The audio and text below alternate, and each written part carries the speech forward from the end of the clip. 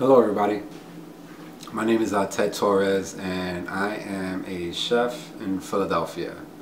I've been a chef for a long time.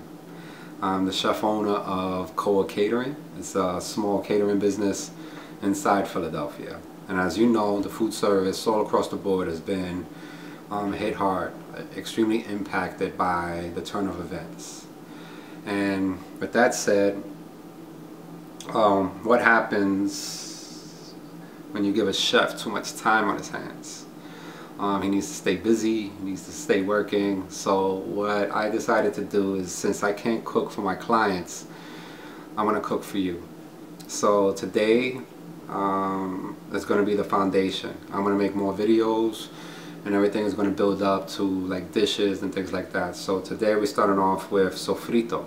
I have two versions of Sofrito, the red and the green, and I'm going to showcase those today. So I hope you enjoy the videos. I hope everybody's safe. I hope everybody's staying home. I hope everybody's healthy. I hope everybody's in good spirits, and I appreciate you taking the time to watch this video. So I hope you enjoy. Again, this is just for fun and to pass the time, because I want to cook, I want to work, and hopefully you can enjoy. I'm here to entertain, I guess, and serve. So let's get started. So right now what I have is my cutting board. My cutting board, I put a damp towel underneath so it can, so your cutting board is not slipping and sliding. You don't want it to be slipping and sliding. You want everything to be stable and sturdy. So right now what I have is my mise en place, meaning everything in its place, everything, all your ingredients in place in order for you to accomplish what you want to accomplish, your dish, you know what I mean? So in this case, I have my ingredients for the green sofrito and the red. So with that said, let's start. So we start off with, you know, 1 green pepper, maybe 1.5 if you like. I try to get all the little odds and ends about it. Discard that, because I can't use that for anything. It could be rough chopped because it's not going to be presented. Everything is going to be chopped up. So once again, I hope everybody's doing well.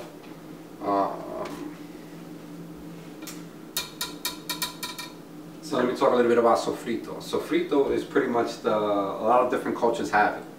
This one is specific to, like, let's say Puerto Rican culture, because I'm Puerto Rican. That's my background. That's what I grew up with. And this Sofrito is probably the foundation of a lot of my cooking.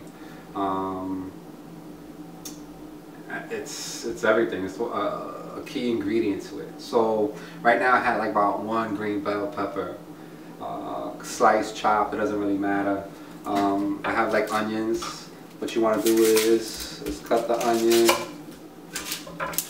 I don't discard the onions or the outside because I might use that later, because I'm going to show you how to make a stock later, or caldo as they say. So just chop some onions, maybe about 1 large onion or like 2 small onions.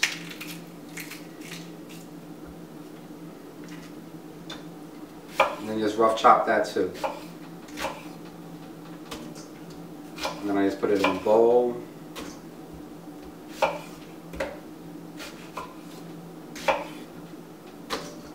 It doesn't have to be perfect because it's going to get like chopped up anyway.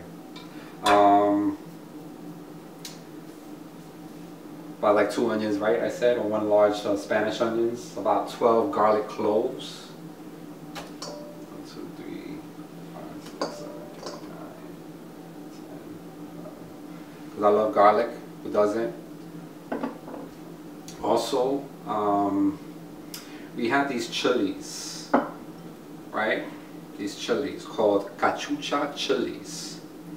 Cachuchas is a chili that you guys find in the Latin American countries, in the Caribbean. Another word for them is called ají dulce. Sometimes they get mistaken for other chilies that are hot, so just always be careful when you buy these, you know. But this is one of the key ingredients to this, is the cachuchas. It gives it it has a distinct flavor that gives the sofrito. This and another ingredient I'm going to show you right now. So this is how it looks. It looks almost like a Scotch bonnet, or sometimes it gets confused, but then if you do that, just be careful, because it's going to be spicy, and a fraction of a habanero is going to like be extremely spicy. So what I do is like I just rip off the top. I rip off the top, and then I just put them there. So I got about maybe like 7 to 8 cachuchas in here, or ají dulces, the way you want to call it. Yeah, about like 6 to 7 maybe. Yeah, so then I'll put that in the mix. Once again, just take off the top,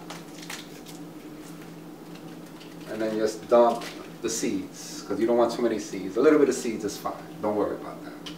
And then I just put it in my bowl. I put everything in my bowl. As well as a little bit of like parsley.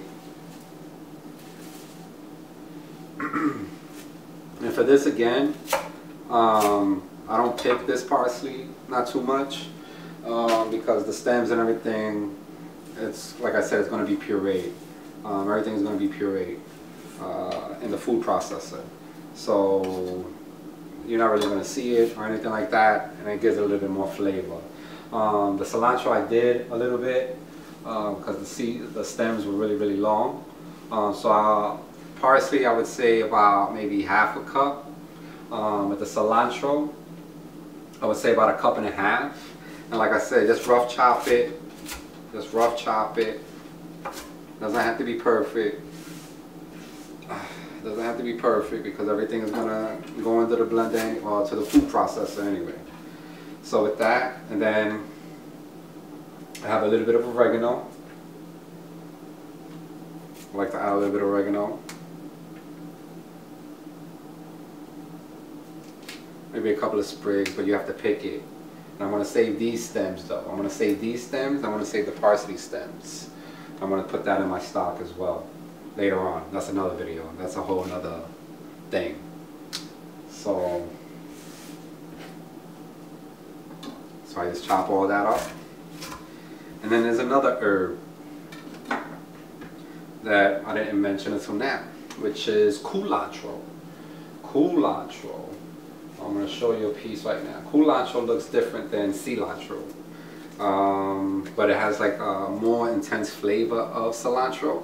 So if you don't like cilantro, you're one of those people that don't like cilantro, don't eat culantro, because it's cilantro more intense. So I have about this, and again, it's about maybe about 1.5 cups of the culantro.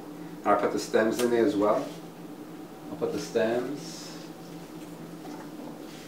And I'm going to start putting the recipes on my Facebook, so you can like have access to all the recipes. Let me get the cooking done first, and then I work on the admin stuff later. That's the story of my life. So we got all these ingredients done, right? We got all this stuff ready. We're all meased up. That's what we say. We all meased up. And then we're getting ready to go inside the food processor. See how that is. So this is my food processor, obviously. Once again, let me show you the culantro. This is how it looks. This is how it looks. And the cachucha chilies, this is how they look. You know what I mean? So you always know what they look like. Then you put all your ingredients inside the food processor. If it doesn't fit, I would say do them in batches. What I've done in the past is I'll probably puree it and then dump it back in the bowl, and then I just stir it to mix it all up. So with that,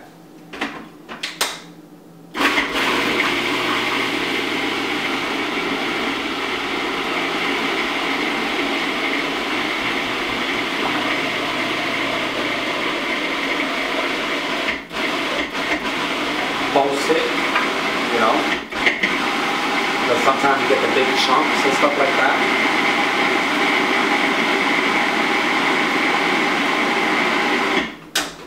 Smelling good right now. It's smelling real good. And then I just put my herbs in there too, you know. You don't want to chop the herbs up too much because then they start to discolor. I'll put everything in. Where's my rag? There we go. I'm always playing with my rag. That's another thing I do. Alright, so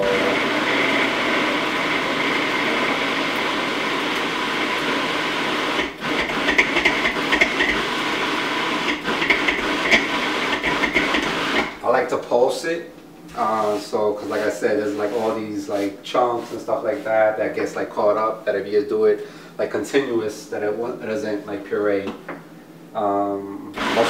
most effectively. And then I also I put a little bit of oil. This oil that I'm using is avocado oil because I like it. Sometimes you need some, you know, not to be inappropriate, but some lubrication to get things going.